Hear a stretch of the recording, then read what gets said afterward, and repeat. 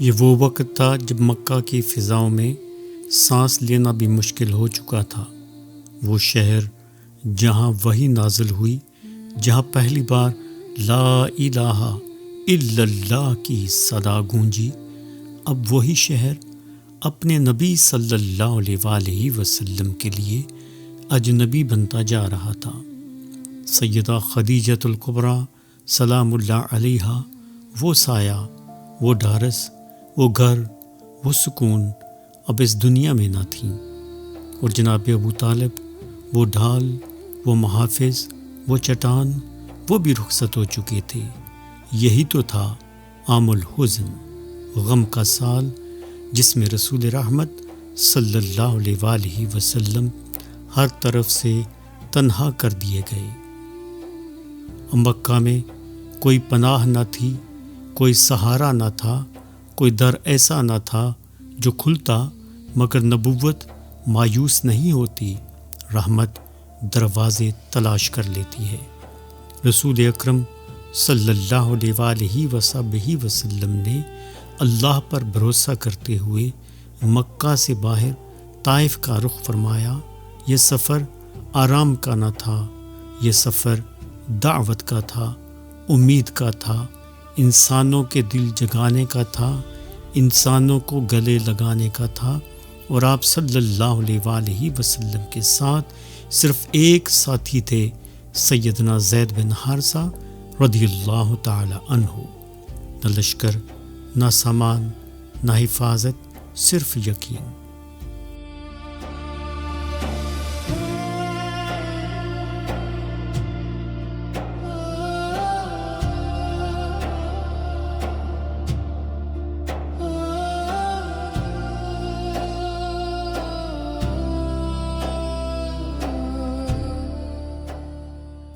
طائف پہنچ کر آپ صلی اللہ علیہ وآلہ وسلم نے بنو ثقیف کے سرداروں سے بات کی، نہ حکومت مانگی، نہ تخت، نہ سونا، نہ اقتدار، صرف ایک بات، اللہ کو پہچان لو، اللہ کے بن جاؤ۔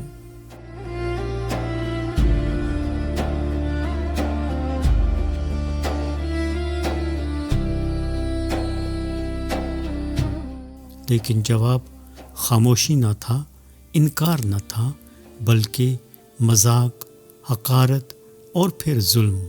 انہوں نے کہا، اگر اللہ نے تمہیں نبی بنایا ہے تو ہم تم سے بات ہی کیوں کریں؟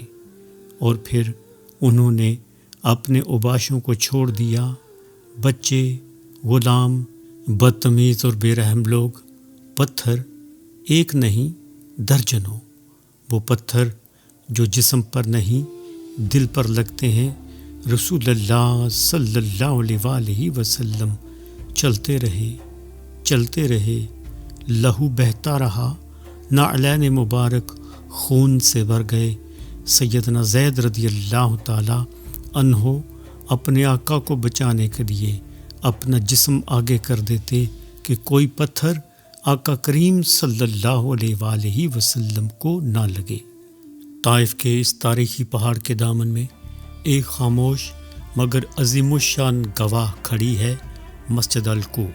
یہ مسجد صرف اینٹ اور پتھر کا مجموعہ نہیں، بلکہ سیرت رسول صلی اللہ علیہ وآلہ وسلم کے ایک نہایت دردناک اور پر نور لمحے کی امین ہے۔ اہل طائف میں یہ بات مشہور ہے اور نسل در نسل سنی جاتی ہے کہ اسی مقام پر وہ پتھر موجود تھا جس کے ساتھ رسول اعظم صلی اللہ علیہ وآلہ وسلم نے کچھ دیر آرام فرمایا۔ زخموں سے چور چور لہو میں ڈوبے ہوئے رسول اعظم صلی اللہ علیہ وآلہ وسلم نے اسی پتھر کے سہارے اپنی کوہنی مبارک ٹکائی تھی۔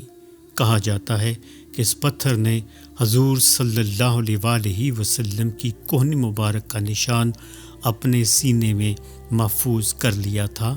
یہ پتھر صدیوں تک یہاں موجود رہا، مگر اب آنکھوں سے اوجھل ہو چکا ہے۔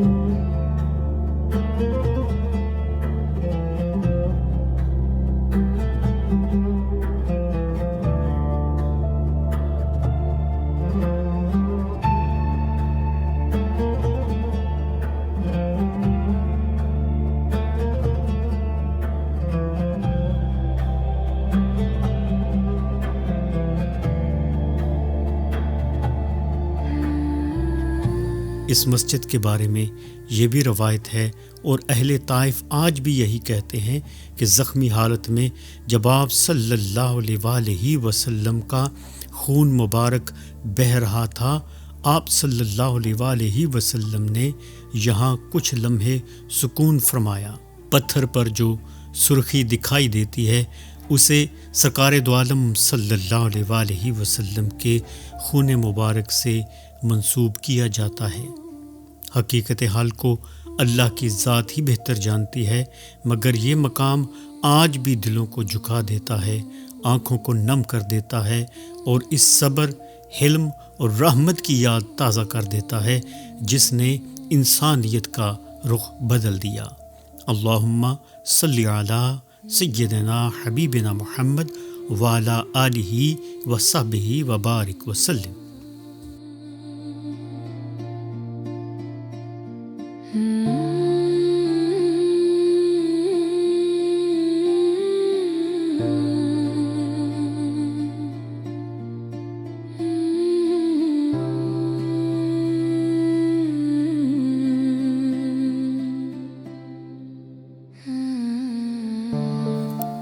ایک باغ میں آپ بیٹھ گئے، خون، جسم، تھکن، تنہائی، اور پھر وہ دعا، اے اللہ میں تیری بارگاہ میں اپنی کمزوری، اپنی بے کسی اور لوگوں کی نگاہ میں اپنی بے وقعتی کا شکوہ کرتا ہوں۔ یہ دعا بد دعا نہ تھی، یہ دعا شکایت نہ تھی، یہ بندگی تھی۔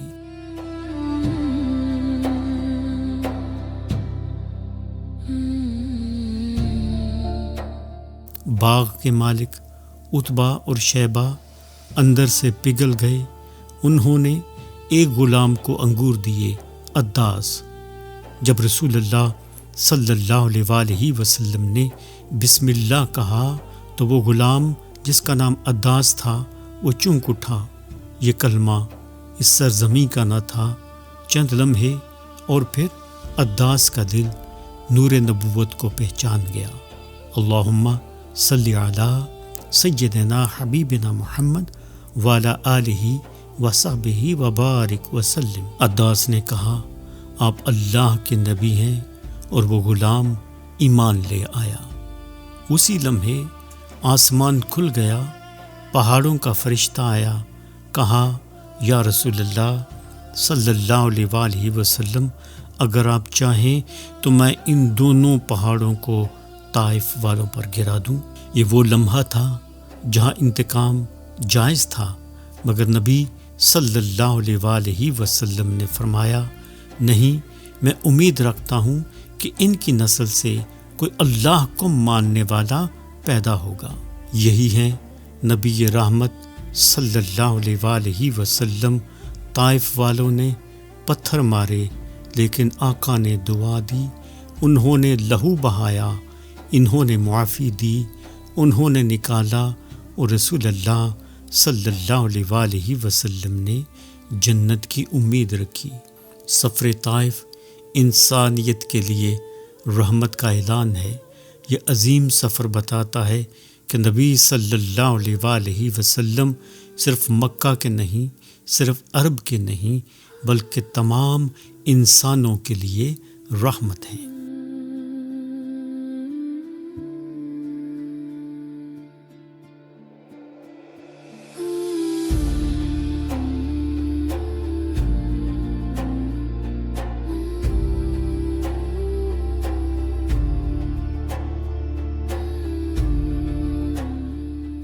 سفر طائف کا عام طور پر یہ تاثر ابھرتا ہے کہ سرور عالم صلی اللہ علیہ وآلہ وسلم طائف ایک دن کے لیے آئے تھے۔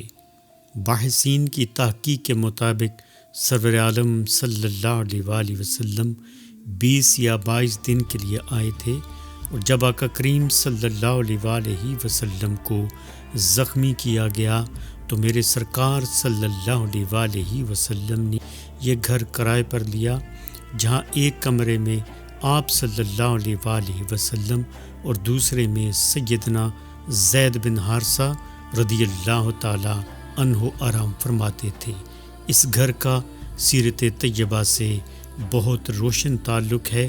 اللہم صلی علی سیدنا حبیبنا محمد وعلی آلہ وصحبہ وبارک وسلم۔